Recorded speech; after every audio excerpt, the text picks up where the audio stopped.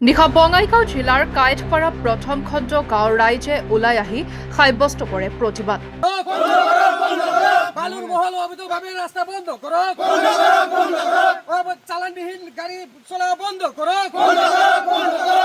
বন্ধ কৰি দিলে বালিৰ মহলৰ পথ। এটা বালিৰ মহলৰ অত্যাচাৰত অতিষ্ঠ হৈ ওলাই আহিল গাঁৱৰ ৰাইজ। নিশা বঙাইগাঁও জিলাৰ কাইটপাৰা প্ৰথম খণ্ড গাঁৱৰ ৰাইজে ওলাই আহি সাব্যস্ত কৰে প্ৰতিবাদ। বন্ধ কৰি দিলে বালিৰ মহলৰ পথ। দৈনিক গাঁৱৰ ৰাস্তাৰে বালিৰ মহলৰ পৰা বালি কঢ়িয়াই অনা ডাম্পাৰে পথটোৰ অৱস্থা শোচনীয় কৰি তুলিছে।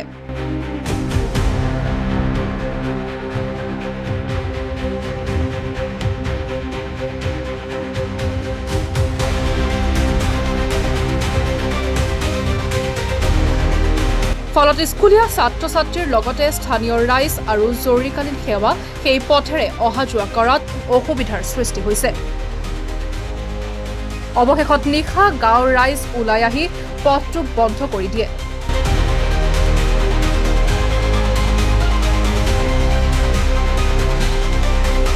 গাঁৱৰ মাজেৰে দৈনিক অভাৰলোড বালি ভৰ্তি ডাম্পাৰ চলাচল কৰাত পূৰ্বৰ পথটো ভাঙি পেলোৱাৰ অভিযোগ।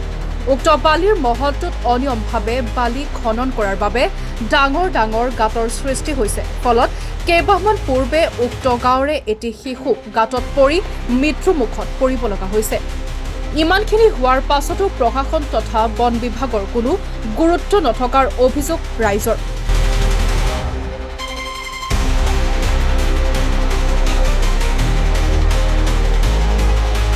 পথটোৰ দুৰৱস্থাৰ কথা বন বিভাগক অৱগত কৰাৰ পিছতো আজিলৈকে কোনো ধৰণৰ সঁহাৰি নোপোৱাৰ অভিযোগ স্থানীয় ৰাইজৰ। অতি সোনকালে পথটো যাতায়াতৰ বাবে সুচল কৰি দিয়াৰ লগতে মহলটোৰ ওপৰত তদন্ত কৰিবলৈ বঙাইগাঁও জিলা প্ৰশাসনৰ ওচৰত দাবী জনায় স্থানীয় ৰাইজে।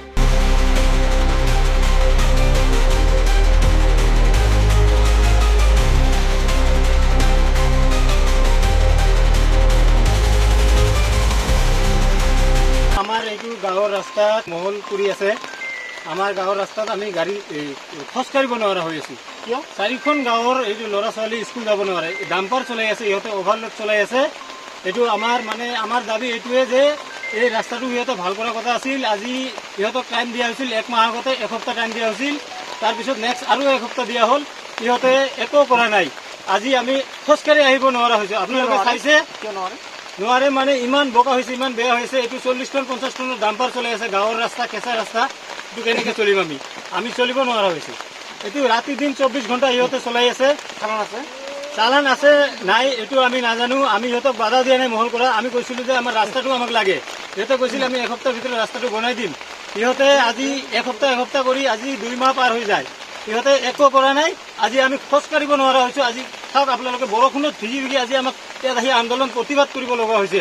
আপোনালোকে নিজে চাওক কি অৱস্থা হৈ আছে আমাৰ ৰাস্তাটো। আমাৰ এইটো দাবী, আজি আমি বন্ধ কৰি দিছোঁ ৰাস্তা। ডাম্পাৰ এখন ডাম্পাৰ আমি বন্ধ কৰি দিছোঁ, ৰখাই দিছোঁ। ডাম্পাৰখনক যাব দিয়া নাই। আমাৰ ৰাস্তাটো বনাব লাগে, তাৰপিছত ইয়াৰ পৰা গাড়ী ওলাই যাব।